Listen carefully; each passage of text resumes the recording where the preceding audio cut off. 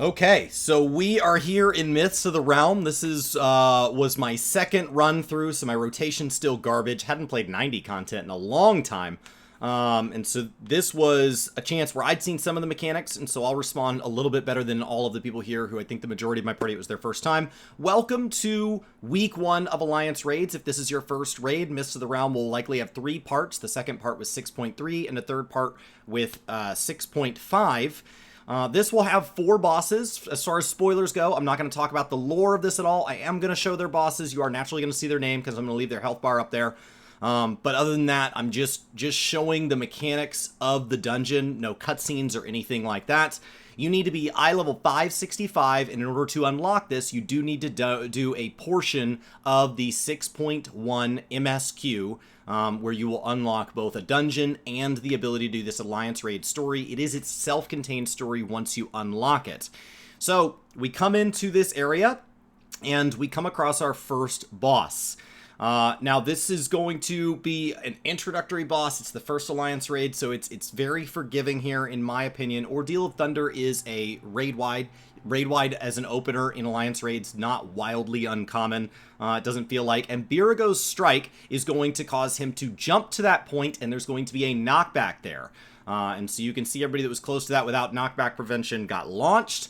And so they're just going to kind of show you some of the basics in case this is your first Alliance raid. Now, we do have tank busters in here. I didn't notice there was another tank standing on top of me, so I don't know which one of us had threat. I think we were passing it back and forth.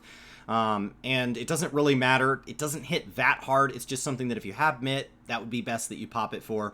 Now, we're going to start to see things we've seen before already. We're going to jump to that point, but now we're going to jump to that point and do this goofy little pattern here.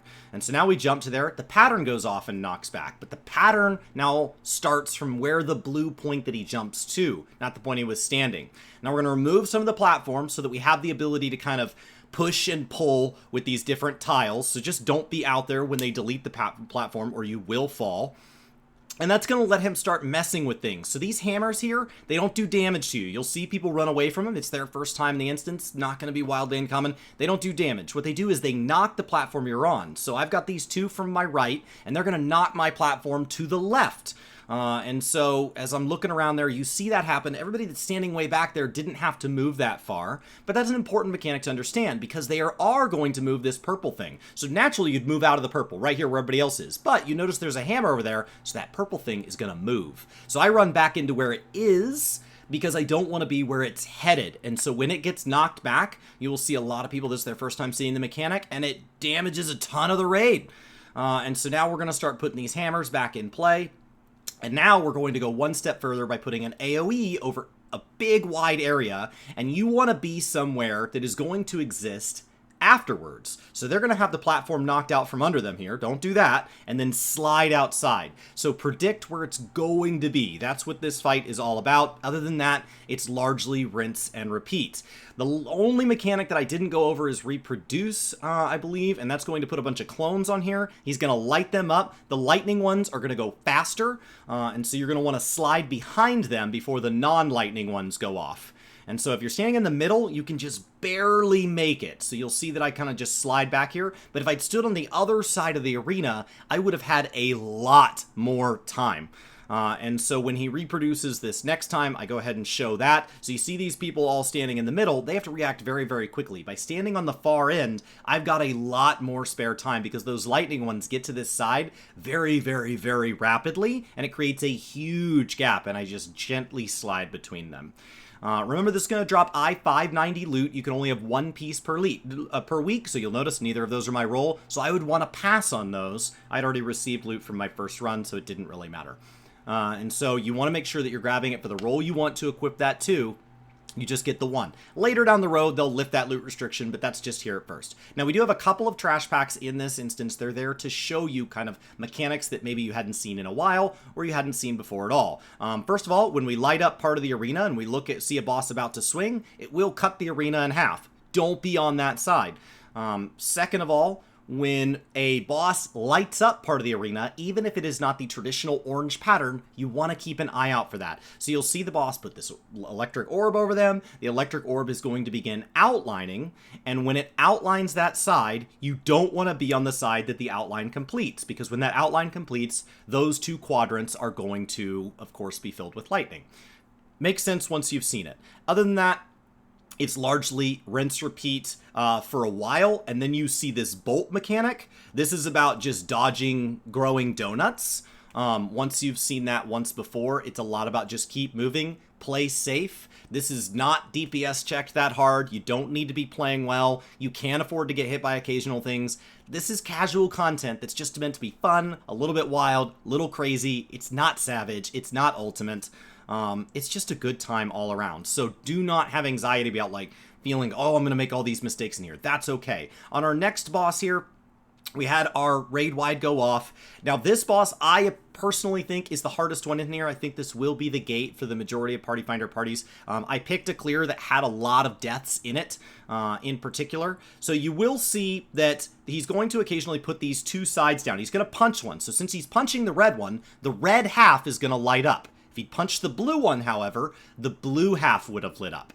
And so he's going to show that mechanic once or twice, kind of get you used to not standing on the wrong half, and then he's going to add something else. And we're going to add a bomb with Broken World. And so the bomb's going to appear. We see these kind of drop and then radiate out. Just don't be on that side of the platform. That's easy enough. We've seen that before. Everybody naturally slides to that side. There is a knockback mechanic as well. I do want to note that I did not have luck with knockback prevention. Maybe it just didn't work for me. And so here you want to be knocked down the fingers of the hand. So just for me, knockback prevention didn't work. But remember this, and actually they went back in this patch and added to some older things. If you get knocked off platforms and things like Titan and all that, you noticed a bunch of people just spawned in a big pile there. Those are all the ones that got knocked off. So you're not done forever. You're just dead. Now we've got tank busters here. Going out to all three. If your tanks aren't up, it's going to start selecting other people, but it looked like those were only targeting tanks. Mitigation if you have it. Hey, healers, obviously be aware of that. It's a little bit hectic for everybody, especially week one. We're under-geared. We've never seen it. Many of us have been leveling other things or playing other games, so our rotations are rusty. Now we're going to combine things here. So now he's going to start punching a color and putting a bomb down. In addition to this, we're going to start seeing one of a couple different bomb types. The first one's going to be these ones that shoot out. You want to get all the way back to the boss and get away from those, or those will take out 3/4 of the raid. And then the other two, in my opinion, are much, much easier. I couldn't find the telegraph that was telling me which one was which, so I just kind of found that if I was prepared, I could make it. A little bit of tank privilege didn't hurt. And so as we run away this side, he's punching red, so we've got to stand on the blue side, away from the bomb, then obviously gap close. If you have to be hit by them, don't get hit by multiple or the center of one like that, because even with tank privilege, I wanted to show a death here. That is me getting killed. So it does happen. And so you want to be aware of that. The second bomb type that I saw was it just drops bomb on people. Obviously spread those out. Don't drag them onto people. As a tank, you just see me frantically popping mitt and trying to get myself up a little bit because I thought I was going to die there. And I didn't. I was fine. I should have been attacking. What was I doing wasting so much uptime? And so you can see it gets pretty nasty week one. This is day one pulls and we are going to get the clear on this pull. We got a clear first pull, and you are seeing massive, massive deaths. Now with the knockbacks, we've got purple bombs. Don't get knocked back into a purple bomb, so not all fingers are safe anymore to just layer it a little more on top. Now we've got this bronze work going out. This is going to drop bombs on some people. Do not move early. Wait for the electricity to go off, slide out of that part of the fan, then worry about the bombs. Obviously, if there's tank busters going off, do not stand under those tank busters. Let those tanks spread out. I think at one point on one of the tank busters on one of these bosses, a Reaper slid underneath me. Wrecked the Reaper's world. So don't do that. This is our next trash pack. This is a question of can you do things in order? So this first one here is an example of me not. I stand in the middle donut, but it's actually outside of the left dog, then inside of the right dog in that order. So I take a hit. Don't take a hit from both. A hit from one is better than a hit from both. So if you get it wrong, Get it wrong on one. Now we've got one half is going to blow up. That will then become the safe half. The other half will blow up. So to show how that could be done if you want to dodge both, you actually want to see what dog 1 is here. That's an inside bomb. So we want to go outside. Then we want to run in the donut. After that, I think the dog actually dies before the donut goes off that time. No experience or anything on trash, even if this wasn't level 90. Just as a reminder, experience in the game has been removed on trash. There's no loot on trash. So I'm glad there's not that much trash in these dungeons because they just kind of feel useless. Now we are on our next boss here. Of course, our opening raid wide goes off. And so just kind of a check, make sure everybody's awake. Keep in mind, first runs, there are cutscenes on some of this, so wait for everybody, do countdowns, keep everybody on the same page. We got plenty of deaths week 1 without it. Solar Wings is going to go off. She's going to shoot fire to the outside, and then that fire is going to get left there in these big orbs, and that is going to explode, creating a column of safety right down the middle. So if you dodge the solar, just stay there. No big deal. Very easy for the first one. Just showing you the mechanic. We'll layer on top of it a little bit later. Now we've got our 3 tank busters. Those can overlap here. So if I wanted to slide a little to the right like that, I can, as long as you don't touch the other tank. You're totally fine. And then we've got Solar Wings the second time. Now this time we are going to introduce a wind Garuda style mechanic that's going to start knocking these orbs around a little. Pretty basic at first. We're mostly just knocking them into the middle. So I'm going to go run behind this one on the right, and it's going to knock that orb into the center, and that's going to keep me safe. But keep in mind, if we were to start putting more of these on the map, more of these wind Garudas, you'd need to pay attention not only where the orb you're running towards is going, but are any others entering that space. Solar Fans is her kind of showing off her dancer moves here. She's going to launch some kind of chakrams out to the outside. They're going to rotate 4 times. I think I back up and get a nice camera angle on this. I think I back out of melee range. There we go. And so 1, 2, 3, and 4. If I just stayed where I was, I'd be okay. If you want to be super safe, back on up. That's going to be 2 big discs. As you get more comfortable with this, there is safety in the middle for those of you that want that melee uptime. Perfectly fine. Stay within your little healer bubble, whatever you want to do. But at first, just try not to die in alliance raids. So we've got our tank busters here. Once again, doesn't matter if they overlap. Just keep in mind on those. And then she is occasionally going to do a frontal cleave. Is this the one that pops me? Because it catches me. There it is. Fleeting Spark. Don't be in front of her. I'm not paying attention here. This is a 270-degree cone. And so I get wrecked by that. Because I'm a tank, I still have the majority of my life, but I do take a vuln there. So just be aware of that fleeting spark. That does mean get behind her. She's going to pick a direction and do that. Solar Fold, she's going to shoot fire out. It's going to land in 4 spots on each of those cardinal directions from her. And then, before those expand out and kind of form that cross again, she needs to go ahead and put out a couple of these Garuda people, which will make 2 safe zones and 2 not. Basically, she's going to blow the fire onto 2 of the coordinates. So you do not want to be where the wind is headed, like all of those people out to my right. So all those people out to my right are going to get lit on fire. It's going to slowly burn them to death. We lose a huge portion of the raid right there. It happens. It's day 1, week 1. It's okay. Once again, we do recover. We got single clears on every single one of these. Now we've got a safety Dorito instead of a danger Dorito forming in the middle here. Just stay in the Dorito for now. And what you're going to notice is everything else goes on fire. And now she's going to start knocking you around. These are going to get done in the order she shows them to you. So I stand where the first one was, and I note that I'm going to need them to go left, and then I'm going to need to go right. So here comes the first knockback. I get knocked up the Dorito. This is possibly something that anti-knockback didn't work. I didn't try. Then comes the left. Then I catch that right one, and I'm okay. If you touch the fire, I don't think it kills you immediately, but don't make a habit of it. It kind of beats up on you, especially for classes with less life, especially if you racked up vuln stacks, weakness, brink of death, anything like that by this point. Now she's going to start having a sun, just shoot molten out on the ground. It's going to expand in the order it drops, so you're going to have to kind of wait for the first ones to clear to move into safety here. Safety first. If the raid had wiped, right, DPS uptime here didn't matter. Can we just keep 6 or 7 people alive? That's the big win here. Obviously, as weeks go on, people get better at this. As gear gets better, you'll see this time I stand in the middle. I'm able to maintain a little better uptime. Maybe I've got Storm's Eye up. Maybe my gauge isn't all the way capped. I'm getting a little more comfortable as you knock the dust off for those of us that haven't played our mains in likely a couple months. So that time I stand behind her for fleeting. Much better plan. And now we go back into the Solar Wings and she knocks the orbs. But look, there's more Garudas. So naturally you could stand behind this one on the right like these guys are doing here, but you will notice that she's going to knock this middle one into that spot. So those people to my right there are going to get blasted by that. And so you just want to pay attention to all of the moving orbs on your side of the table. Watch out for these tank busters. I slid out of melee range to get them safe. But just keep in mind, the tank may maintain uptime, so melee, be aware. Now we have only one quadrant that's not going to have wind blown on it. So be very aware of where you are.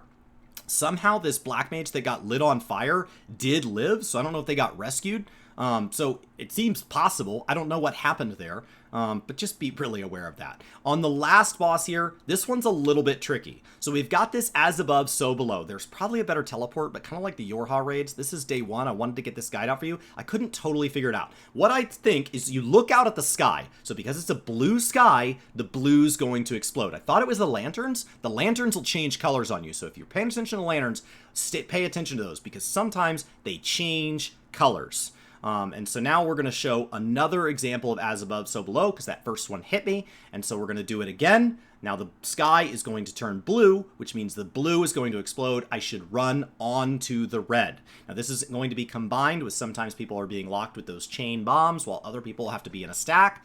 So there's different mechanics that are going to get laid on top of this. So it's important as early as possible that you get some semblance of this. But watch it. When it changes color at the last second, that's when it was nailing me.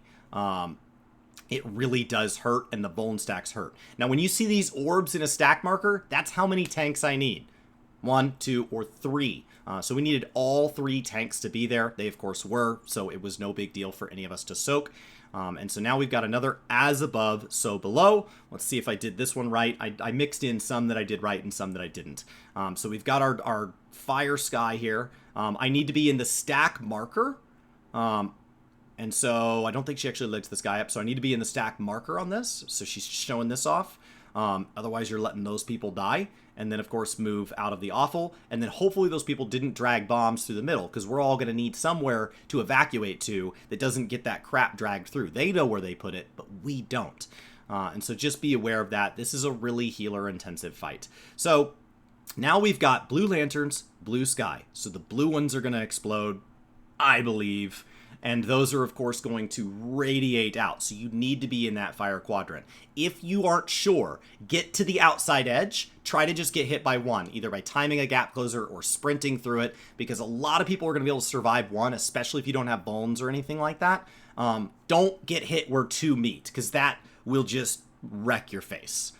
Even as a tank, that absolutely hurts. Now you see those lasers just from the trash. Don't be on the side the lasers are on. That's going to cut the arena in half. Kind of rotates through the boss sometimes. And then we see orbs. We've seen this expansion. Don't be on the side that they smack into the ground. At first, it's going to be sets at 3. Be on the side that doesn't have one. And then we're slowly going to see it move to a radiating pattern. It moves pretty slow. I stay way in front of it. Early Alliance raids, early weeks of Alliance raids are about safety. Just don't get hit. We can repeat these mechanics as many times as we want. We can just make these fights really linger. They don't have these big, tight DPS checks where it's just going to hard enrage. They are very, very, very forgiving on the DPS side of things. And our gear is getting better. We're getting these 590s, even though some people are going in with minimum 565 first week. They're getting all these 590s handed to them. So it's going to get to where, like, the people that are up are doing more and more damage as they get more comfortable. Now we're going to see these put out. They're going to tell you if it's run near them or don't. This is a stack marker on the first one. The second one, that's a bomb icon. So don't be on the bomb when it goes off. Do be on the explosion, the knockback. There's the word. That's the one to be on here. And so you're going to see I'm on the knockback. They're not. They see the knockback. It's too late. They're going to get burned by touching the outside. Somebody stood on the bomb. The bomb will wreck you. Now, the second time, you're going to see 3 of these come out. So the first is a bomb. Don't do that one. The second one's a knockback. You see me immediately, you start running towards it. But I don't look back at the third. So because I don't look back at the third, we're watching it in hindsight. So we'll be able to notice I was given a chance. It is a bomb over there, but I didn't see that. So I had to decide, do I want to be knocked back into the knockback, or do I want to be knocked back into a bomb? I don't know which it is, so it's 50-50. So I go ahead and take the knockback into the bomb. That's, of course, going to really hurt. So don't do that. I try to slide out of it. You take the bone, you take a hard hit. Just be aware of that. Now we've got some ads. I couldn't figure out what the tether does because I ran this multiple times. I never got tethered. Seems like that's the one you're supposed to attack based on watching other people's behavior. The important thing as a tank is anytime I see 3 adds in a alliance raid, just assume those need to be tanked separate. If a tether forms behind them, definitely try to pull them apart and break those tethers. Just assume that. Other than that, just dodge basic mechanics. It's a basic ad phase. There's nothing too crazy here beyond just don't get hit by things. And then when the stack markers are, don't stack multiple stacks on top of each other. If you can keep your groups together, then like AoE healing and like there's all this stuff. It gets a lot easier to keep track of if A is with A, B is with B, C is with C. But honestly, just getting them down is the most important part. This balance mechanic, those dead bosses do weigh something. We all weigh something. You need to shift around until you've evened the scales. You got 5 more seconds. We got it balanced and stop. That is perfection. That's our big raid check. That's our big math boss this time around. You get that wrong, you're gonna die. And so now we've got a blue sky. So the blue, and then it changes to an orange sky. So watch those lanterns, watch that sky, because it changes. I saw the blue, and now I'm going to get wrecked right in the face. And you see me try to bail out, only get hit once or twice. I get hit twice. Only tank privilege makes me live through twice. Obviously, watch where you drag those, and then there's a stack marker across the way. I don't help out with that. A bunch of people die. So the better we get at this, the more you can help for the fact that a week from now, 2 weeks from now, 3 weeks from now, it's going to be somebody's first time. And so hopefully you're doing things good enough at that point that it makes up for the fact that they're probably going to miss a lot of stuff. Alliance raids are about just chaos for chaos' sake. Lots and lots of mechanics, shenanigans. So we see orange. Orange is going to explode, stand just outside on the blue. But the big stack marker there does hurt. And that's it. We got a mini pet, we got a minion, we got 3 cards, we got 3 Orchestrion Skulls, bunch more loot goes out, and that is the Alliance Raid. I hope you enjoy it. It's a lot to learn. It's a lot of fun. Run it at least once a week. The lore around it was a blast. Not going to spoil anything. Hopefully you guys get through it decently or something. Hopefully it is at least fun. Kinda.